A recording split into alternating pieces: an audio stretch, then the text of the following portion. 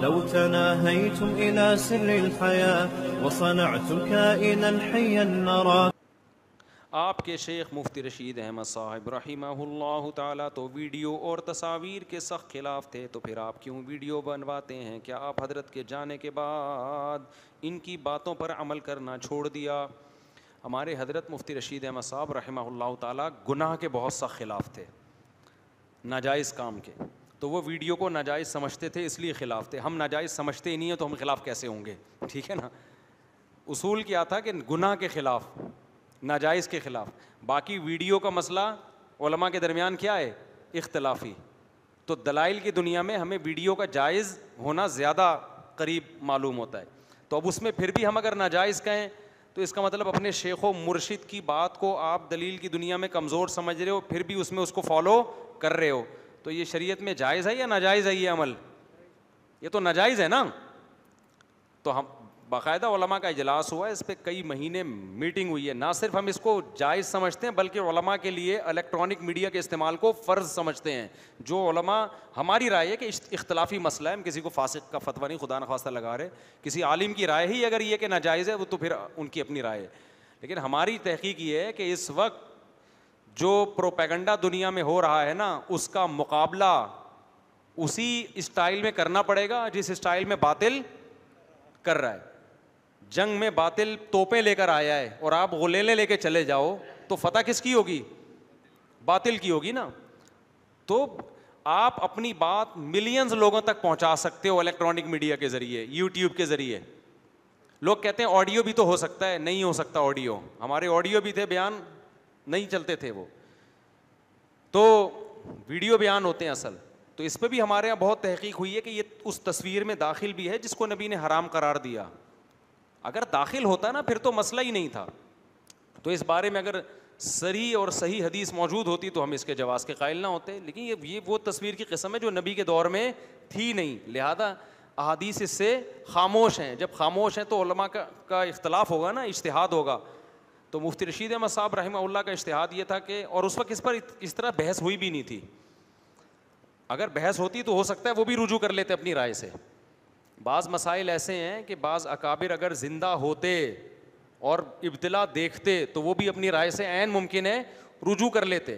مفتی رشید احمد صاحب رحمہ اللہ اسکولوں کے بہت خلاف تھے کیونکہ اسکولوں میں بڑا معاملات خراب ہو رہے ہیں. لیکن انہی کی زندگی میں اسکول کھولے گئے ہیں، ان کی رائے چینج ہوئی. سمجھتے ہیں کہ نہیں سمجھتے؟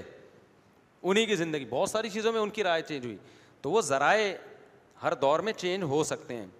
تو ہم نے حضرت مفتی رشید احمد صاحب سے بیعت تھے، ان کی جو اس کی جو روح ہے وہ کیا ہے کہ بھائی شریعت میں برائیوں سے بچنا ہے، گناہ ہو جائے تو اللہ سے توبہ کرنی ہے. تو ان کی رائے میں یہ تصویر تھی تو اس لیے سخت تھے. ہماری رائے میں یہ تصویر نہیں ہے، جو ہے ہم اس میں ابھی بھی سخت ہیں. یہ جو شادیوں کے البم پرنٹڈ تصویریں بلا ضرورت لوگوں نے رکھی ہوئی ہیں، اس کو ہم جائز نہیں کہتے. اور اس میں آپ میری کوئی کسی شادی کی کوئی تصویر،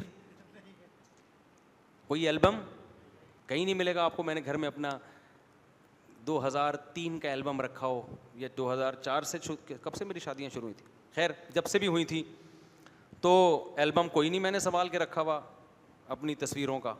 صرف پاسپورٹ وغیرہ کے لیے تصویر کھنچواتا ہوں، اس کے علاوہ نہیں کھنچواتا. کوئی مجھ سے 100 دفعہ بھی کہہ دے کہ آپ کی ایک یادگار پرنٹڈ تصویر چاہیے، نہیں بھائی ہم اس کو جائز نہیں سمجھتے تو نہیں دیتے. 1 کروڑ روپے بھی دیں گے کہ مجھے اپنی تصویر کھنچوا کے دے دیں، تو چونکہ میں اس کو ناجائز سمجھتا ہوں تو 1 کروڑ میں بھی نہیں دوں گا میں. ٹھیک ہے نا. اور یہ ویڈیو کہ آپ 1 روپیہ بھی نہ دیں پھر بھی بنوا رہے ہیں، کیونکہ یہ بہت زمانہ بہت ایڈوانس ہو گیا ہے، آپ مقابلہ کر ہی نہیں سکتے. یعنی ہمارے ایک استاد جب اس پہ بحث کر رہے تھے نا ویڈیو پہ، انہوں نے کہا یہ کیسے ہو سکتا ہے اللہ باطل کی زبان تو کھول دے کہ وہ اسلام کے خلاف کچھ بولنا چاہے ملینز لوگوں تک پہنچا دے، اور علماء پہ پابندی لگا دے کہ تم نے 6 آدمیوں کے سامنے اپنی بات کرنی ہے جو مسجد میں بیٹھے ہوئے ہیں. تو کافر کی بات 6 ارب تک پہنچ رہی ہے اور مسلمان کی بات مسجد میں 600 نمازیوں تک پہنچ رہی ہے. تو مستقبل کس کے ہاتھ میں ہوگا؟ کفر کا ہوگا میرے بھائی. کلام ایک ایسی چیز ہے نا، بات کے ذریعے پیغام پہنچاتے ہیں. کل ایک عالم نے بڑی خوبصورت بات کہی، یہ کلام اور بات کی اتنی ویلیو ہے کہ اللہ نے بھی ہمیں اپنا تعارف بات کر کے بتایا ہے. اللہ نے کلام کیا تو ہم تک اللہ سمجھ میں آیا ہمیں. یعنی اللہ کو بھی اپنے آپ کو منوانے کے لیے کلام کرنا پڑا ہے، انٹروڈکشن کروایا پیغمبروں کو بھیج کے وحی نازل کر کے. تو بات کلام کی بڑی ویلیو ہے تو جب ہی ہے جب یہ کلام لوگوں کے کانوں تک پہنچے. تو وہ الیکٹرانک میڈیا کے ذریعے پہنچ رہا ہے. کچھ دن پہلے ایک مولانا صاحب کا ایک واٹس ایپ کے خلاف ایک میسج چلا کہ واٹس ایپ بے حیائی پھیلا رہا ہے, یہ کر رہا ہے, وہ کر رہا ہے. میں نے کہا حضرت نے واٹس ایپ کے خلاف جو بات کی ہے اس کے لیے بھی واٹس ایپ ہی کو ذریعہ بنایا ہے. اگر یہ واٹس ایپ ذریعہ نہ بنتا تو یہ واٹس ایپ کا غلط ہونا بھی پتہ نہ چلتا. تو ہم اس تصویر کو نا جو ویڈیو جو ڈیجیٹل تصویر ہے اس کو تصویر ہی نہیں سمجھتے. اس کی وجہ یہ ہے کہ اس میں مزاحات لخلق اللہ نہیں ہے. حدیث میں جو تصویر کو حرام قرار دیا گیا ہے اس کی بڑی وجہ اللہ کی تخلیق کی مشابہت. اللہ کہے گا اس میں جان ڈالو, ویڈیو میں اسی چیز کو دکھایا جا رہا ہے جو اللہ نے بنائی ہے, تبھی اس کو تصویر کہا بھی نہیں جاتا عرف میں. آپ کہتے ہیں آج میں نے مولانا طارق جمیل صاحب کو ٹی وی میں دیکھا, آج میں نے یوٹیوب پہ ڈاکٹر ذاکر نائک کو دیکھا. کوئی بھی نہیں کہتا ڈاکٹر ذاکر نائک کی تصویر دیکھی, ٹھیک ہے نا. تو یہ تو اللہ ہی کی بنائی ہوئی مخلوق کو آپ نے ایک کیمرے میں ضبط کر کے دنیا کے سامنے شو کر دیا.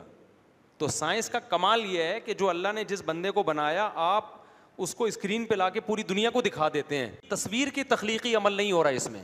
ہماری یہ رائے ہے, کوئی اختلاف کر سکتا ہے اس سے. تو اس لیے حضرت مفتی رشید احمد صاحب رحمہ اللہ تعالیٰ کی زندگی میں بھی بعض مسائل میں ہم نے حضرت سے اختلاف کیا, حضرت کو لکھ کے دیا, حضرت نے اس سے رجوع بھی کیا. بعض میں حضرت نے رجوع نہیں کیا لیکن حضرت نے فرمایا ٹھیک ہے میں اسی رائے پہ قائم ہوں. اگر آپ کی حضرت جو ہے نا قرآن خوانی کے قائل نہیں تھے. مفتی رشید احمد صاحب رحمہ اللہ تعالیٰ ایصال ثواب کے لیے بھی قرآن خوانی کے قائل نہیں تھے, وہ تو ہم بھی قائل نہیں ہیں, بدعت ہے.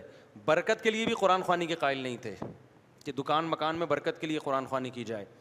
لیکن ہمارے ہی حضرت کے ایک شاگرد تھے, میرے استاذ ہیں حضرت مفتی محمد صاحب, وہ برکت کے لیے قرآن خوانی کے قائل تھے کہ بھئی برکت تو عبادت نہیں ہے نا, وہ تو رقیہ ہے, اس میں ثبوت کی ضرورت تھوڑی ہے.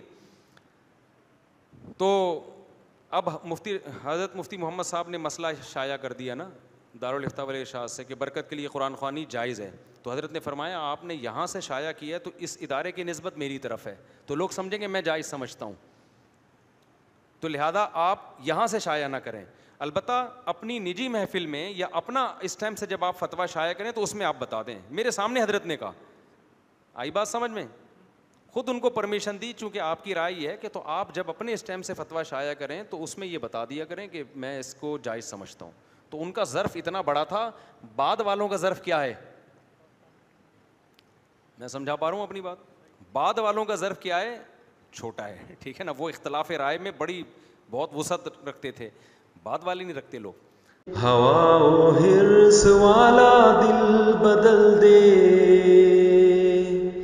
میرا غفلت میں ڈوبا دل بدل دے.